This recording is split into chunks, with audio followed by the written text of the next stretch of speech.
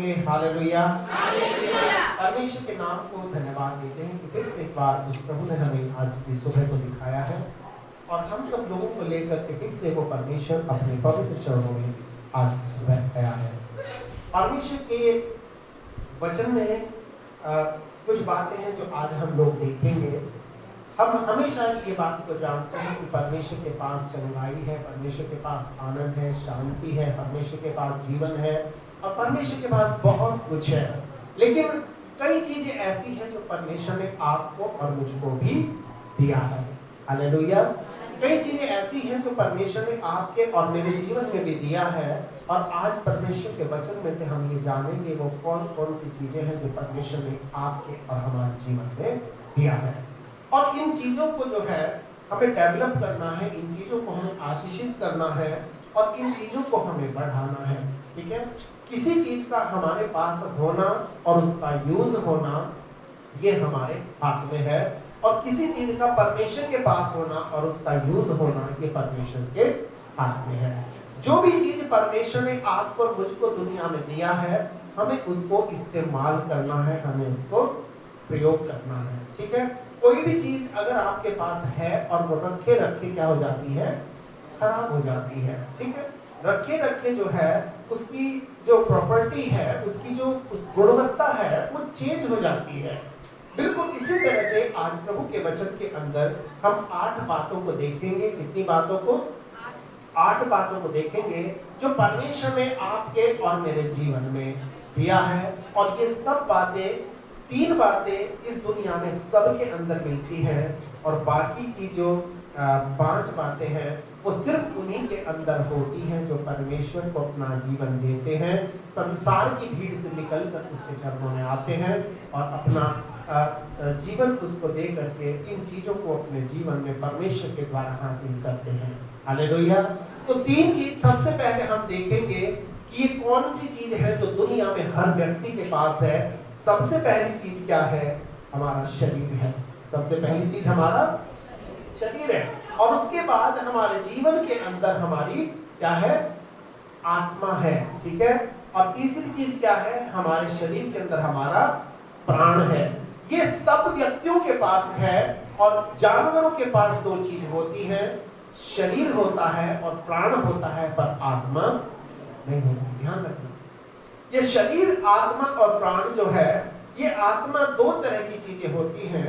ये आत्मा जो है ये प्राण के साथ कनेक्टेड चीज है, मतलब कि आत्मा हवा भी है। ठीक है, एक तरह से हम देखें तो जानवरों के अंदर भी क्या है? आत्मा है। ठीक है, पर वो आत्मा जो फील करती है, सेंस करती है, वो उनकी आत्मा उस हिसाब से सेंस नहीं कर सकती क्योंकि उनकी बुद्धि क्या है? लिमिटेड है जानवरों की, पर हमारी जो बुद्धि है वो क्या है? अनलिमिटेड है। मनुष्य की जो बुद्धि है वो अलग है, जानवरों की बुद्धि अलग है और इसीलिए परमेश्वर के वचन के अंदर आज हम सबसे पहली बात ये देखेंगे, परमेश्वर ने हम सबको क्या दिया है? एक शरीर दिया है। क्या दिया है? एक शरीर दिया है और सबको अलग अलग प्रकार का शरीर दिया है। किसी को छोटा, किसी को बड़ा, किसी को काला, किसी को गोरा, किसी को मोटा, किसी को पतला। पर आपको जो भी कुछ परमेश्वर ने दिया है उसके लिए हमें परमेश्वर को क्या करना है? धन्यवाद करना है और उसमें छेड़खानी नहीं करनी। ये भी ध्यान रखना, परमेश्वर की बनाई हुई किसी भी चीज में अगर कोई व्यक्ति कोई छेड़खानी करेगा तो वो व्यक्ति जो है परमेश्वर के विधान का अपराधी है। आज बहुत सारे लोग हैं वो अपने रंग से, अपने चीजों से वो खुश नहीं है, अपने शरीर से वो खुश नहीं है। जो पतला है वो सोचता है मैं मोटा हो जाऊं, जो मोटा है वो सोचता है मैं पतला हो जाऊं, जो लंबा है वो सोचता है मैं थोड़ा सा छोटा हो जाऊं, जो काला है वो सोचता है मैं थोड़ा सा गोरा हो जाऊं, जो बहुत ज्यादा गोरा है वो सोचता है मैं थोड़ा सा सांवला हो जाऊं। हर एक व्यक्ति जो दुनिया में रहता है हमें परमेश्वर ने बनाया है, हम परमेश्वर की रचना है। पिछली बार भजन संहिता में हमने एक जगह पढ़ा था और उसमें लिखा था कि मेरे अंग जो दिन दिन बनते जाते थे, क्या उनकी चर्चा तेरी पुस्तक में नहीं है? परमेश्वर के पास हर एक चीज की एक नक्शा है, एक योजना है, एक प्लान उसके पास योजनाबद्ध तरीके से बनाया हुआ एक चीज है जो परमेश्वर हर एक व्यक्ति के जीवन में देखना चाहता है। और परमेश्वर ने हम सबों को क्या किया है, एक अलग प्रकार से हम सब यूनिक हैं। यूनिक का मतलब हम लोग अनोखे हैं। कोई ये नहीं कह सकता भाई इसके जैसा ये है। हाँ, हो सकता है दो व्यक्ति एक शक्ल के हो सकते हैं, और दो व्यक्ति एक जैसे कभी भी नहीं हो सकते। हालेलुया। और इसीलिए परमेश्वर के वचन में सबसे पहले हम रोमियो की पत्री को खोलेंगे और उसके 12 अध्याय का पहला वचन हम लोग पढ़ेंगे। क्योंकि हम लोगों को ये जो शरीर मिला है ये किसके द्वारा मिला है? परमेश्वर के द्वारा मिला है। और इस शरीर के द्वारा हमें किसकी महिमा करनी है? परमेश्वर की महिमा करनी है। ठीक है, क्या लिखा है इसमें 12 का 1 वचन में जी। इसलिए हे भाइयों मैं तुमसे परमेश्वर की दया स्मरण दिलाकर मैं तुम्हें याद दिलाता हूँ। याद दिलाने का मतलब कि जब तुम इस दुनिया में भी नहीं थे, जब तुम्हारा इस दुनिया में कोई नाम निशान नहीं था, उस समय की मैं उस परमेश्वर की दया को तुम्हें स्मरण करा के तुमसे विनती करता हूँ। हाँ, कि अपने शरीरों को जीवित कि अपने शरीरों को जीवित और पवित्र और परमेश्वर को भावता हुआ बलिदान करके चढ़ाओ, यही तुम्हारी आत्मिक सेवा है। हालेलुया। ध्यान रखना, हमारी आत्मा ये तय करती है कि हमारा मन कितना खुश है। हमारे मन की खुशी आज ये तय करती है कि हम कितना अच्छा खाना खाते हैं। हमारे मन की खुशी ये तय करती है हम दुनिया में कितने अच्छे से रहते हैं। ठीक है, और इसीलिए प्रभु का वचन इस बात को कहता है कि अपने शरीरों को जीवित, पवित्र और परमेश्वर को भावता हुआ बलिदान करके चढ़ाओ, यही तुम्हारी आत्मिक सेवा है। इसलिए जो शरीर हमें परमेश्वर ने दिया है, इसके द्वारा हमें किसकी महिमा करनी है? परमेश्वर की महिमा। परमेश्वर के लिए शरीर का इस्तेमाल करना, इसको यूज करना है। हम कई बार अपने परिवार के लिए अपने शरीर को बहुत यूज करते हैं। चक्की से आटा पिसवा के ला रहे हैं जी, ये काम कर रहे हैं, कपड़े धो रहे हैं जी, ईंटें ऊपर चढ़ा रहे हैं, ये कर रहे हैं, वो कर रहे हैं, अपने लिए बहुत कुछ कर रहे हैं। पर क्या इस शरीर को हम परमेश्वर के वचन के लिए इस्तेमाल करते हैं? इस शरीर के द्वारा हम परमेश्वर की महिमा करते हैं। इस शरीर के द्वारा इस आधा किलो बाइबल का वजन उठाकर क्या हम किसी के यहाँ जाते हैं? क्या किसी को हम प्रभु का वचन को सुना के आते हैं? बाइबल में लिखा है अपने शरीरों को जीवित, पवित्र और परमेश्वर को भावता हुआ बलिदान करके चढ़ाओ, यही तुम्हारी आत्मिक सेवा है। और अगर आप अपने शरीर को परमेश्वर के लिए इस्तेमाल करोगे तो परमेश्वर आपके शरीर को क्या देगा? आशीष देगा। आपके शरीर को अपनी बरकतों से भरेगा। आज हम दुनिया में देखते हैं कि कई बार लोग पूछते हैं कि भाई आपकी उम्र कितनी है। कुछ लोग ज्यादा उम्र के होते हैं पर वो देखने से नहीं लगते, और कुछ लोग बहुत कम उम्र के होते हैं और देखने से वैसे लगते हैं कि शायद। कई बार 2 बहन भाई होते हैं, मैं पूछता हूँ तो किसी घर में जाता हूँ, भाई ये बहन बड़ी है या ये बड़ी है? तो लोग कहते हैं ये दिखती है छोटी पर है ये बड़ी। इसका मतलब कि उसका जो शरीर है वो आशीषित है। वो देखने से ऐसा लग रहा है जैसे उससे छोटा है, लेकिन उसका शरीर आशीषित नहीं है।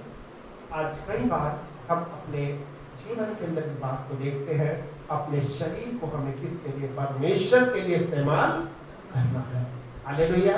थोड़ा बहुत हमें परमेश्वर के लिए भी इस्तेमाल करना है, अपने साथ साथ, अपने काम के साथ साथ इसको इस्तेमाल करना है। दूसरी चीज, हमारे शरीर में क्या रहता है? हमारा प्राण।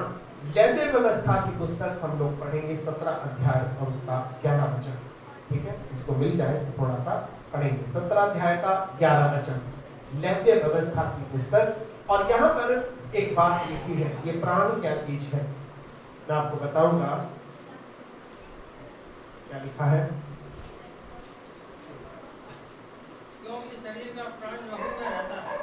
क्योंकि शरीर का जो प्राण है वो किसमें रहता है?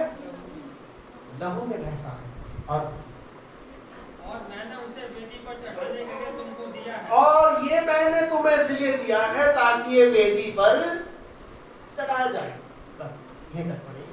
तो यहाँ पर बाइबल हमें बताती है कि मनुष्य के जो शरीर है जिसका जो प्राण है वो कहाँ रहता है, उसके लहू में रहता है। और हमारे लहू में क्या रहता है, ध्यान रखना, दुनिया हमें ये जरूर बता सकती है हमारा ब्लड का ग्रुप क्या है, लेकिन हमारे ब्लड के अंदर जो जीन्स होते हैं, जीन्स समझते हो,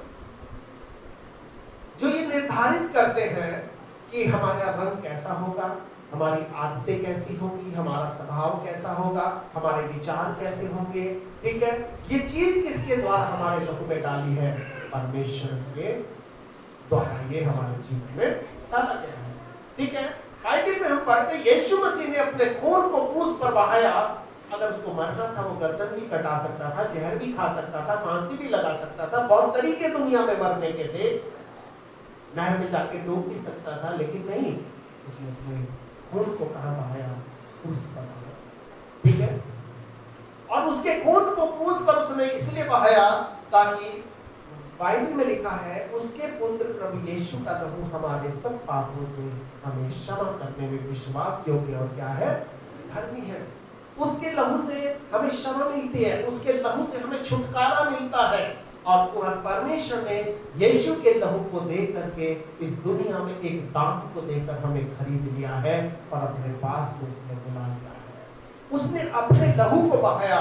और ध्यान रखना, बाइबल में लिखा है कि जब हम प्रभु के विश्वास में आते हैं तो हम अंश अंश करके उसके स्वभाव में बदलते जाते हैं, ठीक है। और जैसे जैसे आप प्रभु के स्वभाव में बदल करते चले जाओगे, लोगों को आप पसंद आना बंद हो जाओगे और परमेश्वर को पसंद आना शुरू हो जाओगे। क्योंकि लोग आपको ऐसा देखना चाहते हैं कि ये मेरी बात माने।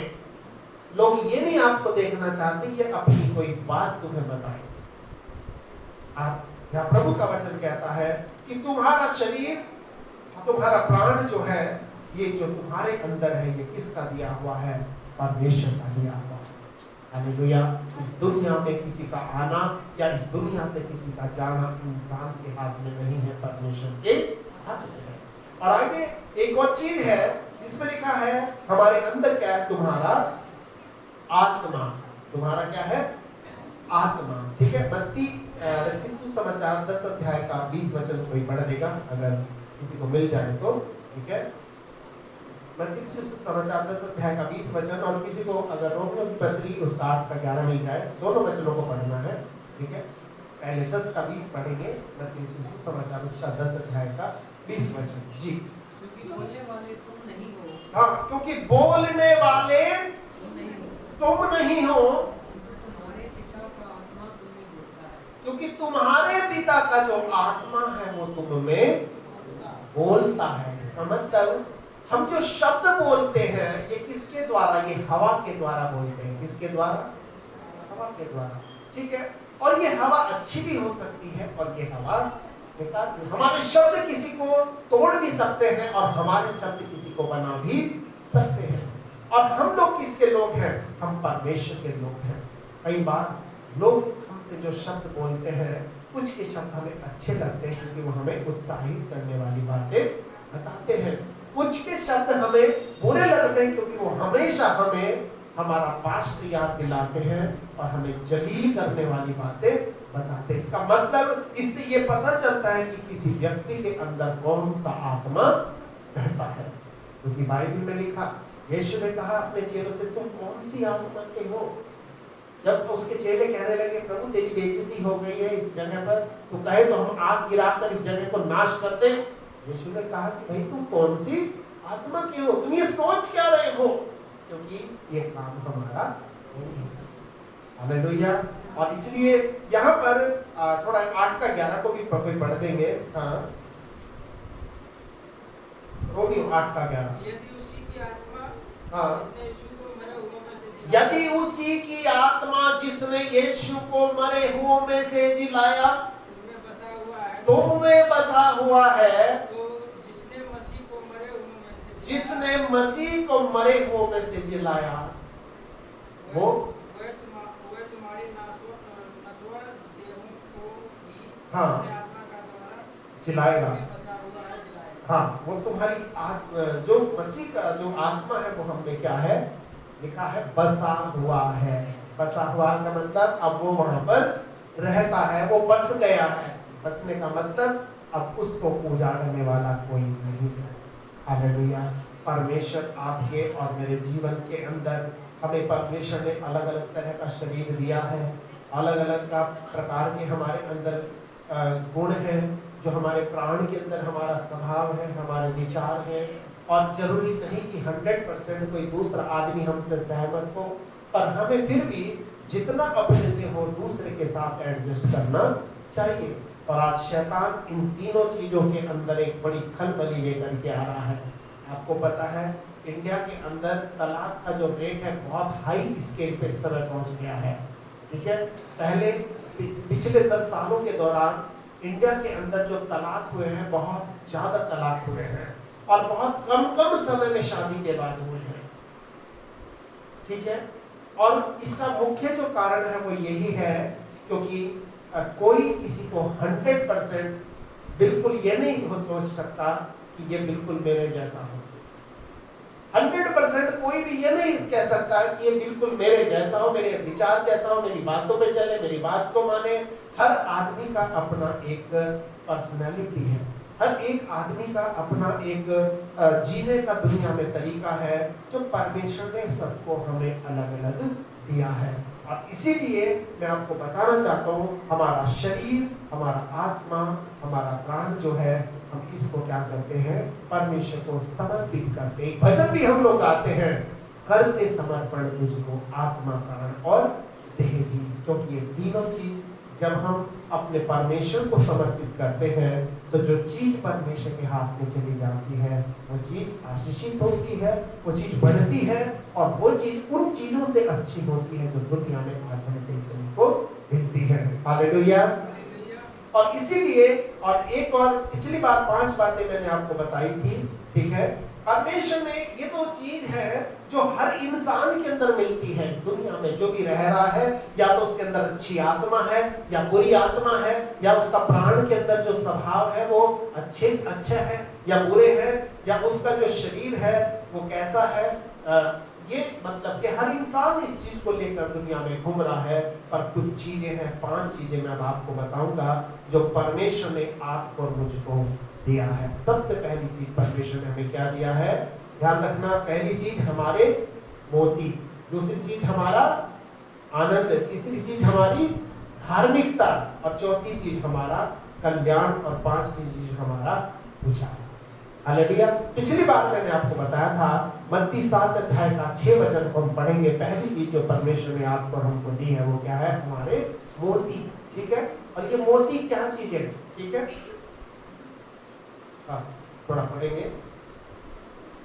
पवित्र वस्तु कुत्तों को न दें, कि पवित्र वस्तु कुत्तों को ना दो, और अपने मोती सूअरों के आगे मत डालो, और अपने मोती सूअरों के आगे मत डालो।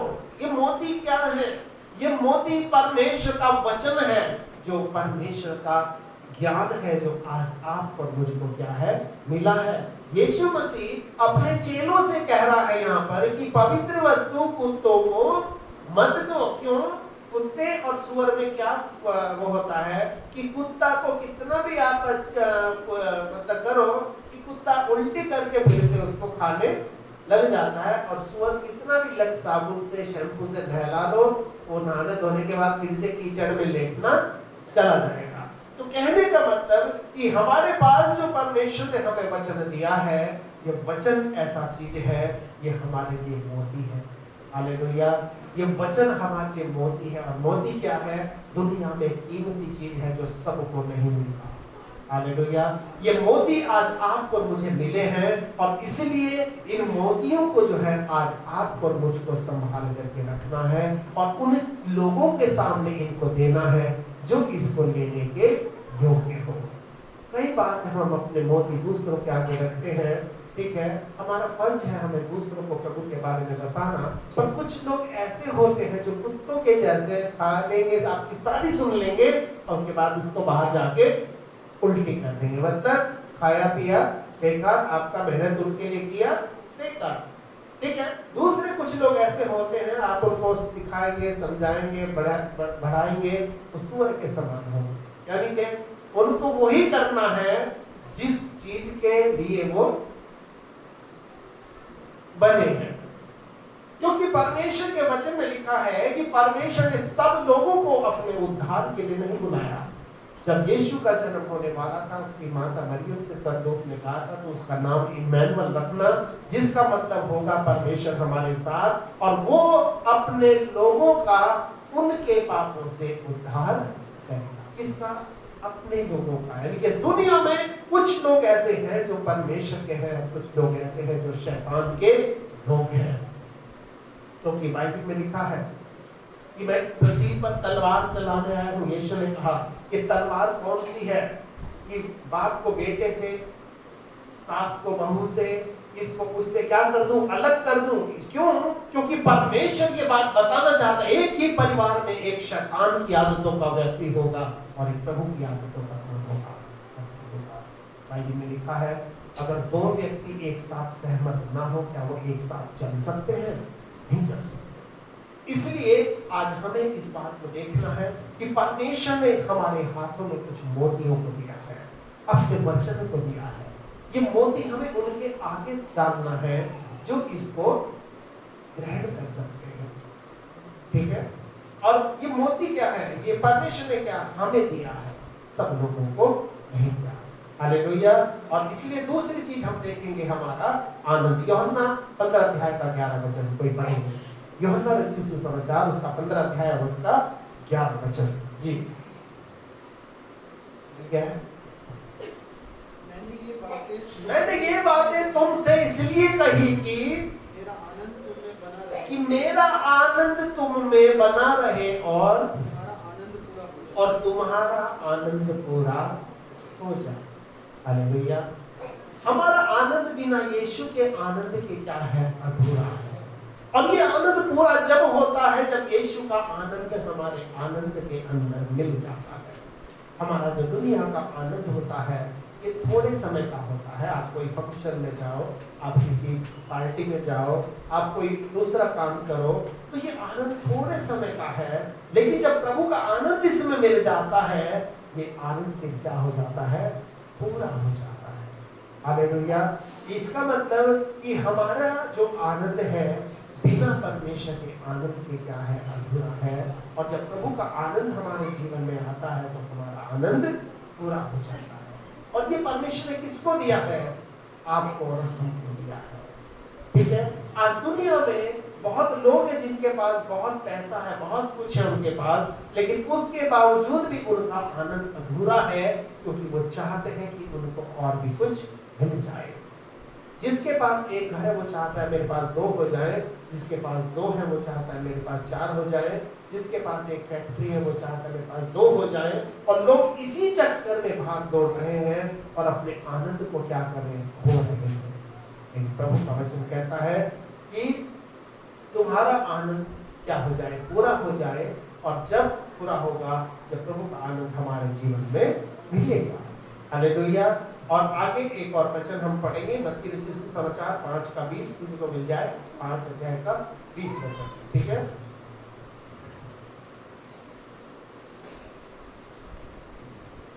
क्योंकि मैं तुमसे कहता हूँ कि यदि तुम्हारी धार्मिकता शास्त्रियों और फरीसियों की धार्मिकता से बढ़कर न हो तो तुम स्वर्ग के राज्य में कभी प्रवेश। हाँ, ये हमारी धार्मिकता क्या कह रहा है प्रभु यीशु मसीह कि यदि तुम्हारी धार्मिकता, ठीक है, तुम्हारी धार्मिकता, धार्मिकता का मतलब तुम जो धर्म के काम करते हो, तुम जो प्रार्थना करते हो, तुम जो प्रभु का वचन पढ़ते हो, जो तुम दूसरों को प्रभु के बारे में बताते हो, तुम्हारी धार्मिकता इससे शास्त्रियों और फरीसियों की, यानी कि जो बाहर की दुनिया के लोग हैं उनकी धार्मिकता से बढ़कर ना हो तो तुम क्या नहीं कर सकते?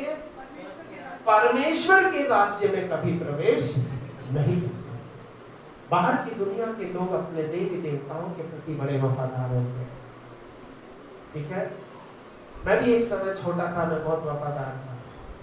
4 बजे उठना, राजस्थान के अंदर ठंडे पानी से नहाना, मजाक बात नहीं है, सर्दियों के टाइम में। और दुनिया में बहुत लोगों को हम लोग देखते हैं कि वो बहुत वफादार होते हैं। वो 4 बजे उठते हैं, वो 5 बजे उठते हैं, नंगे पैर अपने मंदिर में जाते हैं, जल को चढ़ा के आते हैं। और हम सोचते हैं कि शायद हमारा प्रभु तो ऐसे ही है, दया करने वाला है, क्षमा करने वाला है ना, मतलब उसका ज्यादा कोई अहमियत नहीं है। ठीक है, लोग दूसरे देवी देवताओं से इसलिए उनके वो करते कि वो उनसे डरते हैं, क्योंकि भाई ये दंड भी देने वाला है। पर ध्यान रखना, हमारा परमेश्वर सच में दया करने वाला, न्याय क्षमा करने वाला, पर उसका एक गुण है कि वो न्याय भी करने वाला परमेश्वर है। उसका क्रोध तो क्षण भर का होता है, पर उसकी करुणा जीवन भर। इसका मतलब कि परमेश्वर भी फिर क्या करता है, क्रोध करता है। वो लोग अपने देवी देवता से इसलिए डरते हैं कि कहीं हमारे पितर नाराज ना हो जाए, कहीं हमारे देवी देवता गुस्सा ना हो जाए, कहीं ये ना हो जाए, हमारा कोई नुकसान ना हो जाए। उसके बावजूद भी वो अपने उसके प्रति इतने वफादार होते हैं। और हम लोग जो है 10 बजे का टाइम अगर चर्च का है तो 10:15 या 10:30 तक आना पसंद करते हैं। तो हम सोचते हैं प्रभु तो बड़ा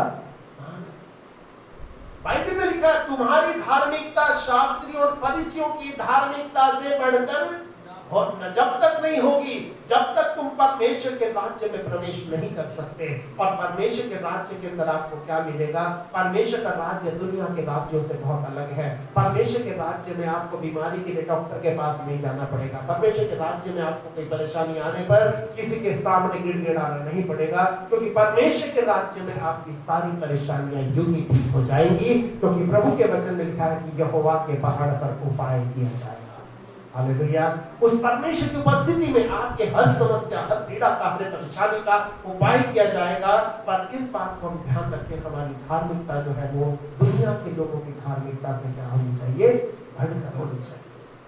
बाहर दुनिया मुसलमान अपने अल्लाह को या जो भी उनका ईश्वर है 5 बार नमाज पढ़ते हैं, चाहे वो दुख में है, चाहे वो पीड़ा में है, चाहे वो संकट में है। उन्होंने खाना खाया है या नहीं खाया तो भी वो क्या करते हैं? अपना प्रार्थना करते हैं।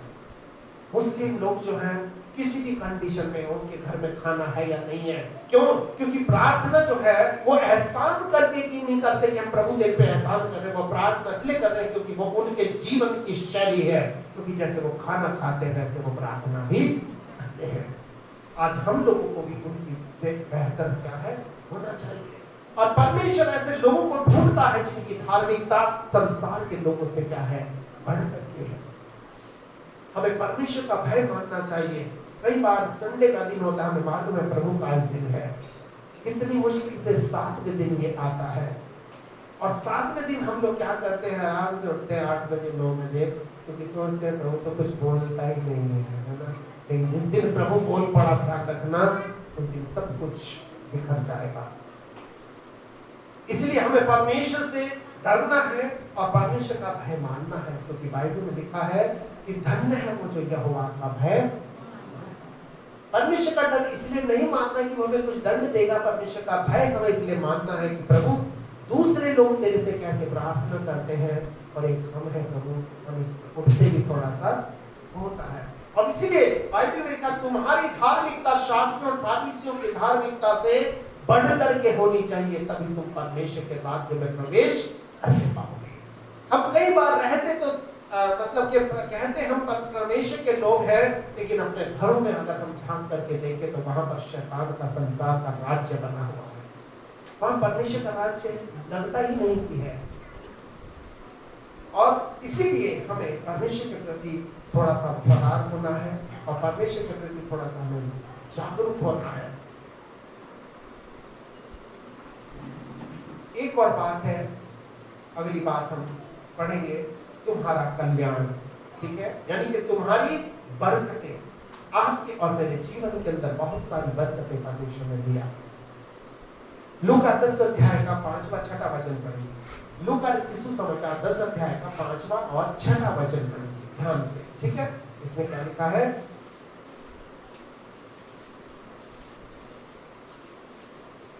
जिस किसके घर में जाना है? प्रभु के लोगों के घर में नहीं जाना, जो विश्वासी है उनके नहीं जाना। लेकिन जिस किसी के भी घर में जाओ तो पहले कहो कि इस घर पर कल्याण हो, यानी कि प्रभु इस घर को तू आशीष दे। हालेलुया। इस घर पर कल्याण हो। आगे, यदि वहां के लोग तुम्हारे कल्याण के योग्य होंगे तो लिखा तुम्हारा कल्याण, यानी कि तुम्हारी बरकतें, तुम्हारी आशीषें उन पर ठहरेगी, और नहीं तो तुम्हारे पास लौट आएंगी। इसका मतलब क्या है कि आप और मैं जो तो घूम रहे हैं ऐसे नहीं, हमारे पास बरकतें हैं, हमारे पास आशीषें हैं। बहुत सारे घरों की आज चौखटें हैं जो किसी के इंतजार में कर रही है। कोई हमारे घर आएगा बरकतों के लेके आएगा, कोई आएगा हमारे घर दुआ करेगा, कोई आएगा हमारे घर प्रार्थना करेगा। हम कई बार अपने शरीरों को, अपने आत्मा प्राण को, अपने जीवन को, अपने खुद के जीवन के में इतना व्यस्त कर लेते हैं कि प्रभु की सेवा के लिए हमें समय नहीं मिलता। यदि तुम्हारा कल्याण उस घर के योग्य होगा तो उस पर ठहरेगा, और नहीं तो तुम्हारे पास लौट आएगा, क्योंकि बाइबल में लिखा है कि जो तुम दो तो तुम्हें भी दिया जाएगा। पर हम कहते हैं पहले हमारे पास तो, तभी तो हम देंगे। हमारे पास क्या है? बहुत चीजें हैं जो छिपी हुई है, जो दिखाई नहीं दे रही, पर रोजमर्रा की जिंदगी में लोगों के काम आएंगे। हालेलुया। तुम्हारा कल्याण, तुम्हारी आशीषें, और जितना आप दूसरों को दोगे, आपको पता है जब यीशु मसीह ने 5000 लोगों को खाना खिलाया था तो उसके पास उस बच्चे ने कितना दिया था? 5 रोटी और 2 मछली। उसने क्या अपना कल्याण, अपनी बरकतें, जो उसके पेट का साधन था, किसको दे दिया? यीशु के हाथ में दे दिया। और जब हम यीशु के हाथ में उसके काम के लिए कोई चीज दे देते हैं तो वो लौट करके कितना मिलता है? 5000 लोगों ने खा लिया था। वो चेले जो ये कह रहे थे कि इतने सारे लोगों के लिए प्रभु हम कहां से लाएंगे, इनको तो घर भेज दे कि अपना खाना पीना खाएं, अपने घर जाए और हमारी जान छूटे और हम फ्री हो जाए, चलो चल के हम रेस्ट करते हैं। लेकिन यीशु ने कहा तुम ही इन्हें क्या दो? खाने को। वो ढूंढ रहा था किसी को जो अपना कल्याण देने वाला हो। वो ढूंढ रहा था कोई जो अपनी बरकतों को किसी को देने वाला हो, जो अपना हाथ खोल करके किसी का भला करने वाला हो। एक छोटा बच्चा मिला, और आपको पता है छोटा बच्चा कभी भी अपनी चीज किसी को नहीं देता है। बड़े तो चलो समझा बुझा के दे देंगे, चलो कोई नहीं, कल तुम्हें दे देंगे। छोटा बच्चा बिल्कुल अपनी चीज किसी को नहीं देना चाहता। अब इसीलिए प्रभु ने कहा जब तक तुम बालक ना बनो और ना गिरो तो परमेश्वर के राज्य में कभी प्रवेश नहीं कर सकते। और परमेश्वर के राज्य का नियम यही है। उस बच्चे ने सब कुछ दे दिया, और वो चेले जो कह रहे थे हम इनको कहां से खाना खिलाएंगे, 12 टोकरे उन्होंने उसके बचे हुए उठाए। यानी कि हर चेले के लिए एक एक टोकरा था, जो परमेश्वर, जो काफी से भी ज्यादा देने वाला परमेश्वर है, मोर देन सफिशिएंट। तो इसीलिए हमारा कल्याण, हमारे पास बरकतें हैं, वो छिपी हुई हैं, और जो चीज छिपी हुई है हमें उनको क्या करना है? आगे देना है। और छिपी हुई चीजों को प्रभु बाहर निकालना चाहता है। अगले वचन में हम देखेंगे। और 5वीं चीज जो है वो क्या है? तुम्हारा उजियाला। ठीक है, मत्ती रचित सुसमाचार का 5 अध्याय खोलेंगे, और पहले 14, फिर 15 और उसके बाद 16 वचन को हम लोग पढ़ेंगे, और इसके बाद जो है हम खत्म करेंगे। ठीक है, क्या लिखा है इसमें? तुम जगत की ज्योति हो। क्या लिखा है? तुम जगत की ज्योति हो, और जो जगत पहाड़ पर बसा हुआ है वो छिप नहीं सकता। और लोग दिया जलाकर ऊपर ऊंचाई पर रखते हैं। आपके घर में लाइट चली जाती है तो मोमबत्ती जला के आप खाट के नीचे नहीं रखते, उसको ऊंचाई पर रखते हैं ताकि सब जगह की रोशनी चली जाए। और इसलिए ये दिया कौन है? ये हम सब लोग दिए हैं जिनको प्रभु ने जलाया है। और हमें कहाँ रहना है? प्रभु हमें ऊंचाई पर रखना चाहता है ताकि दूसरों को भी क्या मिल जाए? रोशनी मिल जाए। हालेलुया। हाँ, आगे क्या लिखा है? परंतु दीवट पर रखते हैं तब उनके सब घर के लोगों को प्रकाश होता है। उसी प्रकार तुम्हारा उजियाला मनुष्यों के सामने चमके कि वे तुम्हारे भले कामों को देखकर तुम्हारे पिता की जो स्वर्ग में है प्रशंसा करें। बड़ा हालेलुया। आप और मुझको परमेश्वर ने उजियाला बनाया है और हमें क्या करना है कि परमेश्वर ने जो है हम दिए के समान है।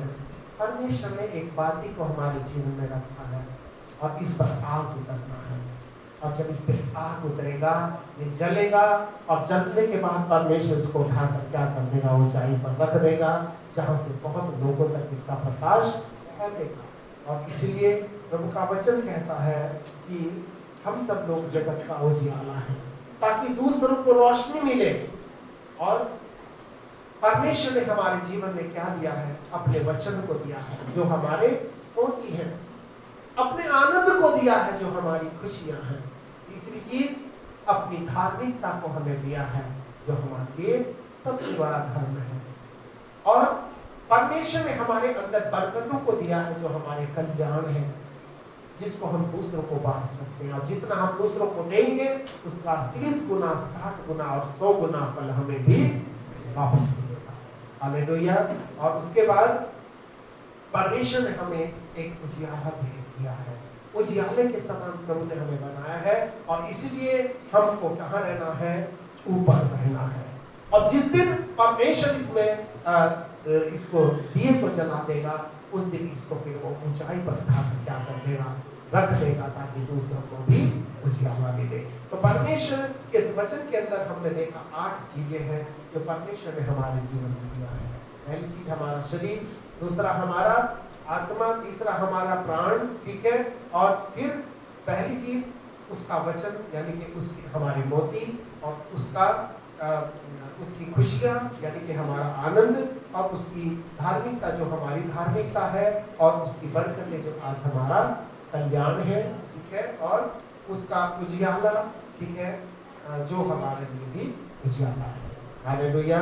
परमेश्वर इस वचन के द्वारा हम सब आशीष दे और हम इस चीज को समझें कि जो कुछ प्रभु ने हमें दिया है ये नहीं कि पैसा हो या कोई और चीज हो, जो भी कुछ प्रभु ने हमें दिया है हमें उसकी सेवा के लिए किसी ना किसी रूप में उसको क्या करना है, इस्तेमाल करना है ताकि उन घरों तक भी, उन चौखटों तक भी प्रभु की कल्याण पहुंच सके जहां पर आज लोग इंतजार कर रहे हैं।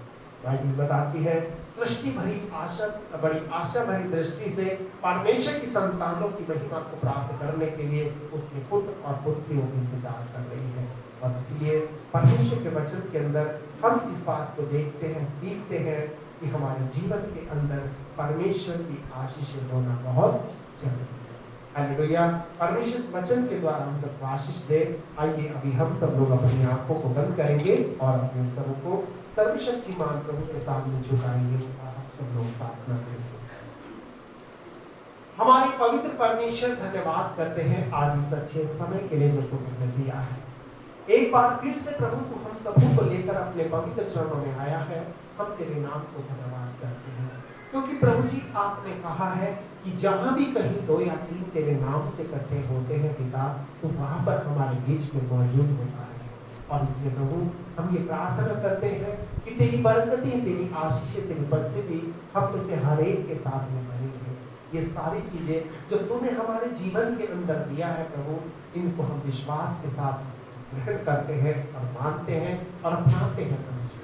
और प्रार्थना करते हैं तो हमें बल दे, सामर्थ्य दे, शक्ति दे ताकि ये सब चीज हम तेरे नाम के लिए इस्तेमाल कर सके, तेरे काम के लिए इस्तेमाल कर सके, इनके द्वारा तेरी महिमा हो सके, इनके द्वारा तेरी बड़ाई हो सके, तेरी तारीफ और प्रशंसा हो सके। हाँ पिता, हम सब कुछ आपके हाथ में सौंपते हैं और सब बातों के लिए हम तेरा धन्यवाद करते हैं और धन्यवाद देते हैं महान पिता परमेश्वर, क्योंकि आपने हमें आज तक संभाल करके रखा है और आगे के समय को पूरे हफ्ते भर हम चाहते हैं तेरी बरकतें हमारे साथ में होती रहे।